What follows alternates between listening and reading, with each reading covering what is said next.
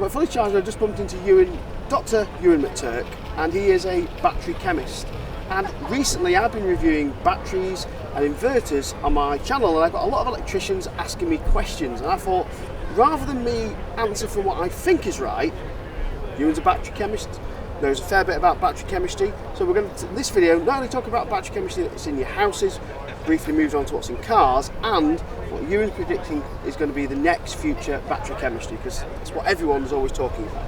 The next battery chemistry, is it going to be LFP? We are going to see a diversification. It's horses for courses. It depends on whether it's static energy storage, and if it's static energy storage, is it in a house or is it in a large facility that supports the grid that's sitting in a field somewhere? Then, of course, you've got electric vehicles as well, and it's a case of whether it's an economy vehicle or high performance or long range. But the exciting chemistries at the moment are the resurgence of lithium iron phosphate. So that's found in most home energy storage batteries and an increasing number of electric vehicles like the standard range Tesla Model 3 and the standard range MG4. There's a few of the Maxus electric vans use it, and there's also electric buses that have used LFP for ages. Why is that exciting? There's no nickel, there's no cobalt, they're super ethical, they're long lasting, they're actually incredibly safe as well. And this is key for home energy storage, as we'll come back to later on. But you have to do something incredibly stupid to get an LFP battery to catch fire.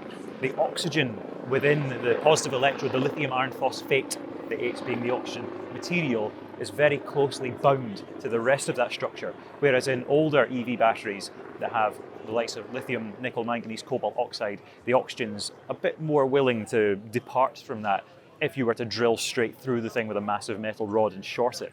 So that's why the likes of, you've seen a handful of Tesla fires, for example. That was NMC or NCA, which is quite similar.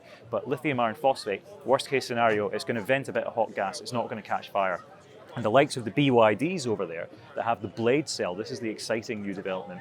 It's lithium iron phosphate, but they've engineered it in such a way that if you were to drill through one that's fully charged, the surface goes to about 60 degrees Celsius tops, doesn't vent, doesn't catch fire. So is that where the future of home energy storage is going to be as well, blade batteries? Well, not necessarily blade from BYD, but it's pretty much a given that other LFP manufacturers are going to try and adopt a similar kind of chemistry or engineering technique to the very successful blade cell. So yeah, we will probably see even safer lithium iron phosphate batteries being used, but we're already seeing not only home energy storage system manufacturers using LFP, that's a long-standing thing, but as I mentioned, there's a number of other electric vehicle manufacturers pivoting towards lithium iron phosphate, partly for safety, partly for ethics with the no cobalt, but also because of cost as well. They're much cheaper to make. So that's why we're seeing Rivian announcing that they're going to do a standard range version with LFP. If I remember correctly, Ford's going big on LFP. Yeah. I think Mercedes, a couple of the other German OEMs. It's very much the way that the sector is pivoting at the moment. I presume LFP has got some drawbacks because Tesla don't use it in their performance models. Yeah. I've heard yesterday it's not great for maybe what was flying over us before, helicopters and plane systems. Why? What's its downfalls there? Energy density is the downfall of lithium iron phosphate, and this is because, if we do a quick bit of electrochemistry here, the voltage of a cell is the difference in the potential of the positive electrode and the negative electrode. So when you're charging it, the positive electrode goes to a higher potential and the negative electrode goes to a lower potential. But anyways, for the positive electrode, that's your LFP. Its potential is lower than that of lithium, nickel, manganese, cobalt oxide, NMC that you find in other batteries.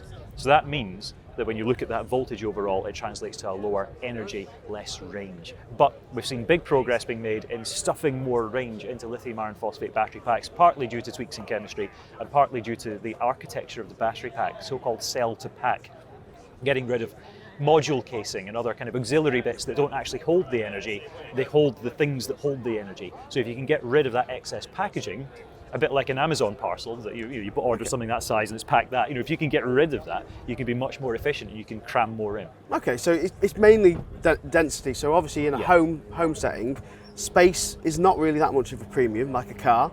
So LFP, safer option.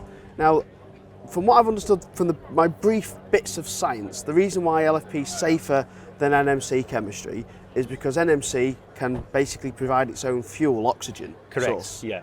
Where LFP doesn't, and that's why it's a little bit more stable. Correct. But I've had very, very, very many electricians comment that LFPs or batteries in general inside your house is dangerous for fire risk. So let's first start off NMC chemistry, so more risky chemistry for home storage. What's the risk of that catching fire on its own? So the only way that an NMC battery is going to catch fire on its own is if it's been designed incredibly badly. Built with lots of production defects or just like a haphazard attitude towards health and safety. So you do get what you pay for. You want to make sure you get a good quality cell. And that's why electric vehicle manufacturers have gravitated towards the likes of CATL, LG Chem, Panasonic, the list goes on. The big players who've proven at scale that they can do this repeatedly, safely. And also you want to make sure you've got a good thermal management system in there and a good battery management system. So you're keeping the cell within its optimum temperature and its optimum voltage, making sure there's not too high a current and so on. For a home energy storage system, that's a very easy life for a lithium-ion battery versus an electric vehicle because the loads are lower and they're more consistent. So that's why we've seen second life electric vehicle batteries used in grid scale energy storage, the likes of Connected Energy, sticking Renault Kangoo ZE battery packs into a shipping container. Because yes, they were degrading maybe at this kind of rate in an electric vehicle, but the grid storage is that much easier on it that it reduces the rate of degradation and gives it an even longer lifespan. So still talking safety regarding NMC, people putting it in lofts, what if it fell out of the loft and the casing got severely damaged? Could that start an NMC fire, or does it really need to be a bit more of a drop? It would need to be an almighty whack. The cell would also, or the battery would need to be pretty fully charged as well, so it would have lots of energy to quickly dissipate if it internally shorted itself. The odds of this happening would be infinitesimally small because these battery packs are designed with proper certification that includes drop tests and so on. So the odds of that happening, unless it was like that scene from Only Fools and Horses with the chandelier, then I can't imagine it being too much of an issue. The risk with NMC is low. I presume that the risk with LFP in home storage batteries for drop tests and all this is... way low. Yeah, way lower. Trust me, we have tried to blow up lithium iron phosphate cells at WMG, where I used to work. They had abuse chambers. They drilled straight through the one that was fully charged, and they had to basically kind of keep going back and abusing it even more to get something extreme to happen. But generally, worst case, you're looking at venting hot gas. And in the case of the BYD blade cells and the next generation of lithium iron phosphate we're going to see, it barely gets warm. Is there any statistics, any numbers you can put on this? Like chances in a million, chances in a billion?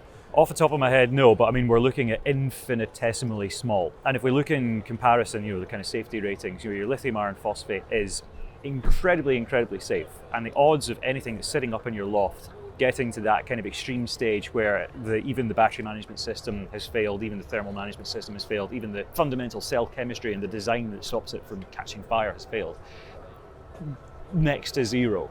And then, you look at NMC in a sort of long-range electric car, the odds of getting that to actually, to catch fire, again, infinitesimally small. And there is data that's been gathered by, I think it was the US Fire Department, that showed the number of vehicle fires per 100,000 vehicles by vehicle type. And I can't remember the exact figures off the top of my head. We'll try and flash up the graphic on the screen. But electric cars were a tiny, tiny number. And this is per 100,000 cars. It's not cumulative, so you can't just say... And you'd like to say cars get more abuse, physical damage when they're hit than say a battery in a loft's going to get. I mean, I've seen people pickaxe batteries. And obviously NMC... It does ignite, there's flames, but I've seen LFP, and to be fair, this is where we're going to move on to. It just produces a lot of smoke. It basically just goes going no data.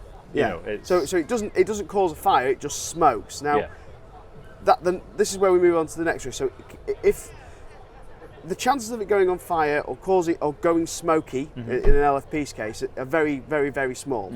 So we move on to the next risk that a lot of electricians have brought onto me, which is, what if there was another cause of the fire and then this stored energy in the battery, fully stored battery, is now the fuel? What's the potential of a fire being made worse by an LFP or an NMC? So we'll start with NMC first. So I mean, NMC, it can generate its own fuel. It's got a flammable electrolyte, as does LFP to be fair, but it's the fact that oxygen will unbound from the NMC and create its own fuel source. So that's why an NMC cell might catch fire. But it's not like a ruptured petrol tank. It's not going to be a massive fireball. It's a series of mini fireworks going off. So yes, you know, there is the fact that it might take a while to put out that fire, you know, to contain it. This is a risk of the other cells next to it catching fire eventually.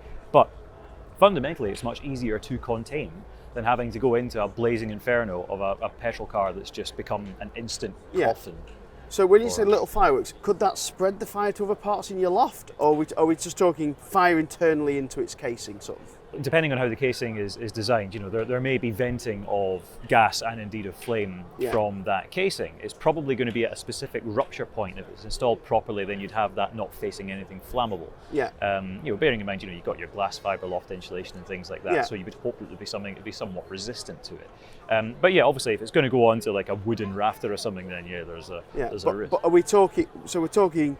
Usually, by the time we got to this point, you'd like to hope a smoke alarm in a loft or something like that would have triggered and alerted the people in the house. It's probably time to leave. Oh, easily, yeah. What's the LFP's risk of a secondary fire coming to the battery and causing it to get worse? Would LFP just smoke, or would it ignite? Oh no, it would just smoke. Yeah, especially if you've got a battery casing around the individual cells, which you do, which means that there's going to be limited access for oxygen in the air to get in there. But, you know, we've had naked lithium iron phosphate cells that have vented hot gas, and the oxygen around them has been plentiful, but it hasn't caught fire. And that's basically the par for the course. Even for an older style LFP cell, which isn't like the blade cell, you know, it will vent hot gas. It's not like it just gets a bit warm and that's it. So risk is minimal. So essentially, if you're putting LFP batteries in your loft, and your electrician's told you that that's risky, your opinion as a battery chemist is? My opinion is that's nonsense. You know, your lithium iron phosphate, especially if it's a well-designed LFP cell, the odds of it getting anywhere close to venting are next to nil, and the odds of that causing a spread of the fire, you know, it's a bit of hot gas. Provided that the vent is into kind of a location that's not next to anything that's particularly heat sensitive, then you're fine. You know, there's going to be lots of electricians right now complaining in the comment section. So rather than complaining in my comment section, I advise that they go to Euan's YouTube channel and go and complain there, where he can, you know, they can probably spend some time educating themselves in your degree of being where you've got to today, because they are qualified in their profession and you're qualified in battery, so they should probably respect your opinion on what you think battery chemistry's likelihood of fire is, because you've abused them to an nth degree. And this is, you're talking on these fires, even if the BMS fails, all these safety systems goes wrong, the risk is still very, very, very low. Oh yeah, an abused lithium iron phosphate cell, the risk is still very low. Yes, it will vent if it's an older style cell, but the risk of that causing a catastrophic house fire are slim. So the next question, one of them is going to go, I bet you won't put it in your bedroom. Well, to be honest, in theory, it would be fine in there, but it's just a case of it's taking up space, I suppose. It's a utility But it wouldn't device. bother you from a safety point of view? Not You'd quite hugely, happily sleep with a lithium battery in your bed? Well, we quite happily sleep with a lithium battery in our phones, and that is a nickel. Well, it's probably going to be a lithium cobalt oxide, which is technically much more flammable, and it's also pushed to higher voltages than you would get in electric vehicles, just to try and get the extra kind of couple of minutes of runtime. So that is a non-thermally managed, basically kind of semi-abused for this kind of planned obsolescence of smartphones these days, battery that's running on kind of older, skittish kind of chemistries, and that's fine. That's absolutely fine. We're fine with that being right next to us.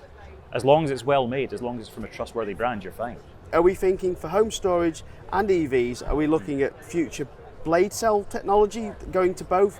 Or, throw you a little thing there, chemistry that we don't know about, or the one I've heard you mention to me quite a lot and you're quite excited about, which is sodium? Yeah, sodium ion we'll also see in home energy storage. We'll see it in standard range electric vehicles too.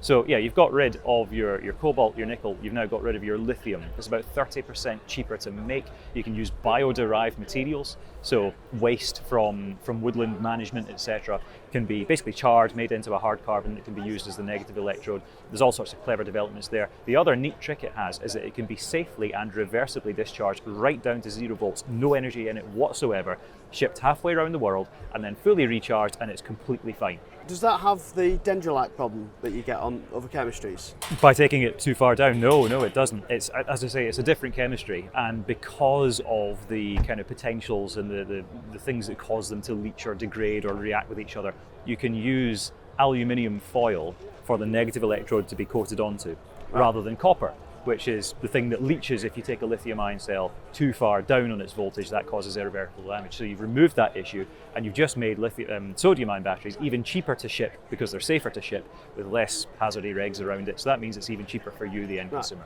So the next question is going to be, after we wait for that jet to go past, which will be in the outtakes later if you don't watch them, would you wait for the next battery chemistry, or is the battery chemistry that's out now good enough?